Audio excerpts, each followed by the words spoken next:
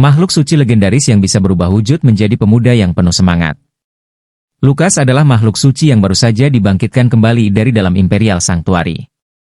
Dikaruniai garis keturunan spesial yang bisa membuatnya berubah wujud menjadi manusia, Lukas pernah menjadi teman Kaisar Gaius dan bertarung bersama demi membawa Monian Empire menuju kejayaan. Setelah tertidur selama 1000 tahun, Sylvana membangunkannya, dan dia pun bersumpah untuk tetap setia berada di sisi Sylvana, menyambut era baru Monian Empire. Di balik penampilannya yang acak-acakan dan sulit diatur, hatinya sangatlah baik dan lembut. Bagi Lukas, bertarung bukanlah sekedar tugas, melainkan perwujudan dari semangatnya. Dia sangat yakin bahwa dia bisa menciptakan sesuatu yang cemerlang, bagaikan matahari terbit yang menerangi setiap sudut Monian Empire dan menulis kembali legenda Beast of Light. Sebelumnya jangan lupa subscribe channel ini ya teman-teman, terima kasih. Matahari terbit. Di tengah-tengah Imperial Sanctuary, terdapat sebuah patung yang sudah berdiri selama ribuan tahun, melambangkan kejayaan masa lalu dari Monian Empire. Tetapi patung itu sudah diabaikan sejak lama dan sulit dikenali sekarang. Di bawah patung itu ada sebuah tablet batu yang mencatat sejarah Monian Empire. Ketika seorang sejarawan membersihkan debu di patung itu, legenda yang berusia 1000 tahun lamanya pun terungkap. Setelah Perang Abadi, seekor makhluk kuno dengan garis keturunan unik ingin membuktikan dirinya ke dunia. Di saat yang sama, seorang pemuda yang penuh dengan semangat berjanji untuk membangun negara yang kuat dan bisa menjadi rumah bagi semua orang yang menjadi korban peperangan. Makhluk kuno dan pemuda itu ditakdirkan untuk bertemu, dan itulah yang terjadi dalam sebuah pertarungan besar yang berlangsung selama 3 hari 3 malam.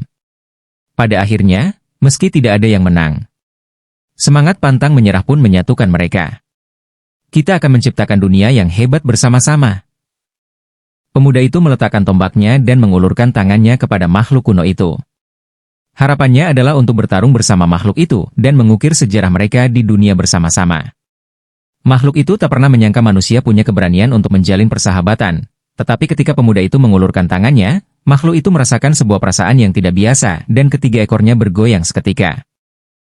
Lalu, keduanya memulai perjalanan panjang mereka, melintasi Frozen Sea yang sangat dingin, Agelta Driland yang gersang, dan Moonlit Forest yang hening memperjuangkan persatuan di tengah peperangan. Mereka menghadapi musuh dan rintangan yang tak terhitung jumlahnya, tapi ujian pertempuran menciptakan ikatan yang kuat di antara mereka. Mereka tak terkalahkan jika bersama. Pada akhirnya, pemuda dan makhluk itu mendirikan Monian Empire. Negara baru ini menjadi matahari baru di Land of Dawn, sebuah pemancar kemuliaan yang akan terus ada dan menarik orang-orang yang lelah akan peperangan dari 4 penjuru dunia. Pemuda itu sekarang dikenal sebagai Kaisar Gaius, dan rekan terdekatnya menjadi makhluk suci. Penduduk Monian mengenalnya sebagai Lukas, Beast of Light.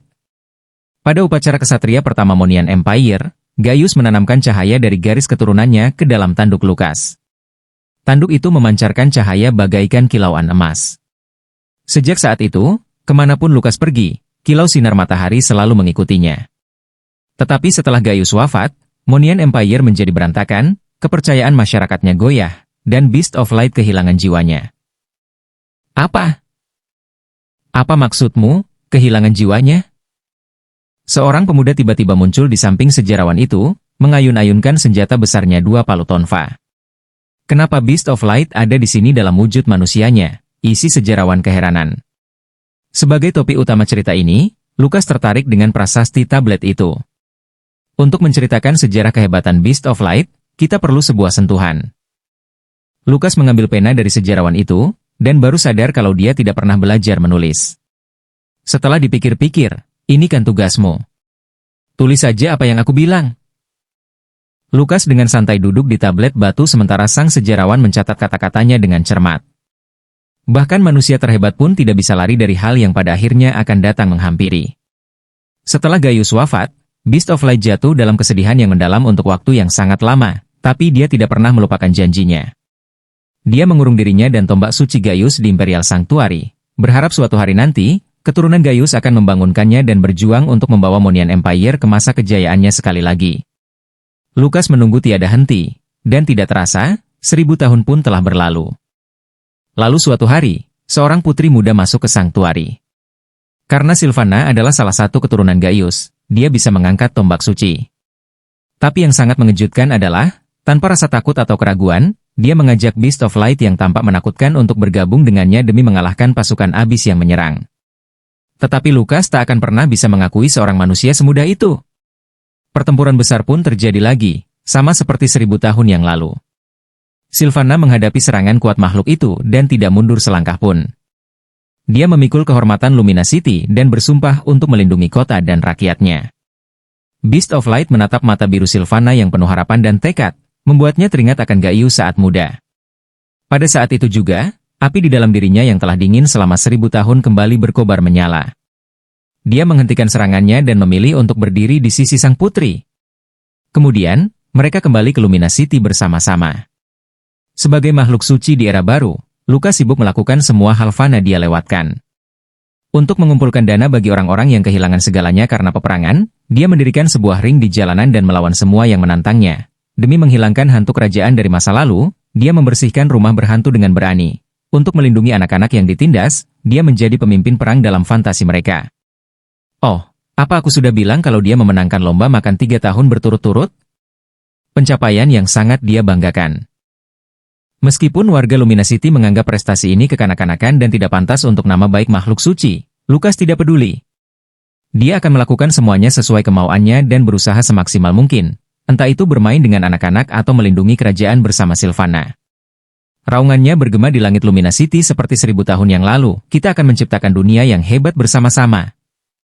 Pena sang sejarawan istana akhirnya patah karena dia tidak bisa mengikuti ceritanya. Sejarawan itu menghela napas panjang, tetapi disela karena kerah bajunya ditarik. Hei, di bagian tentang Sylvana, masukkan beberapa kata seperti cantik dan menawan. Aku tidak mau dihukum lagi. Oh, dan carikan aku sesuatu untuk membersihkan benda ini. Patung itu, yang telah berdiri selama ribuan tahun, akhirnya tampilan aslinya bisa terlihat.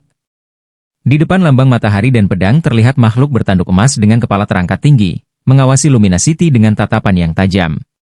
Oke, itu aja untuk video kali ini. Jangan lupa like, share, dan subscribe biar nggak ketinggalan konten seru berikutnya. Sampai jumpa di video selanjutnya. And enhanced mobility, which synergizes well with heroes possessing AoE CC, such as Atlas, Tigreal, and Gato-Gacha. In the early game, Lukas will be lacking survivability, so try to use his enhanced basic attacks and first skill to do hidden runs.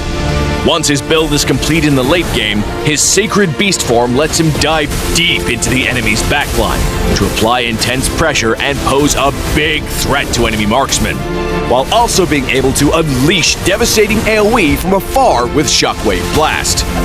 Lukas, the Beast of Light, will be released on 12/21. Enjoy 30% off during launch week.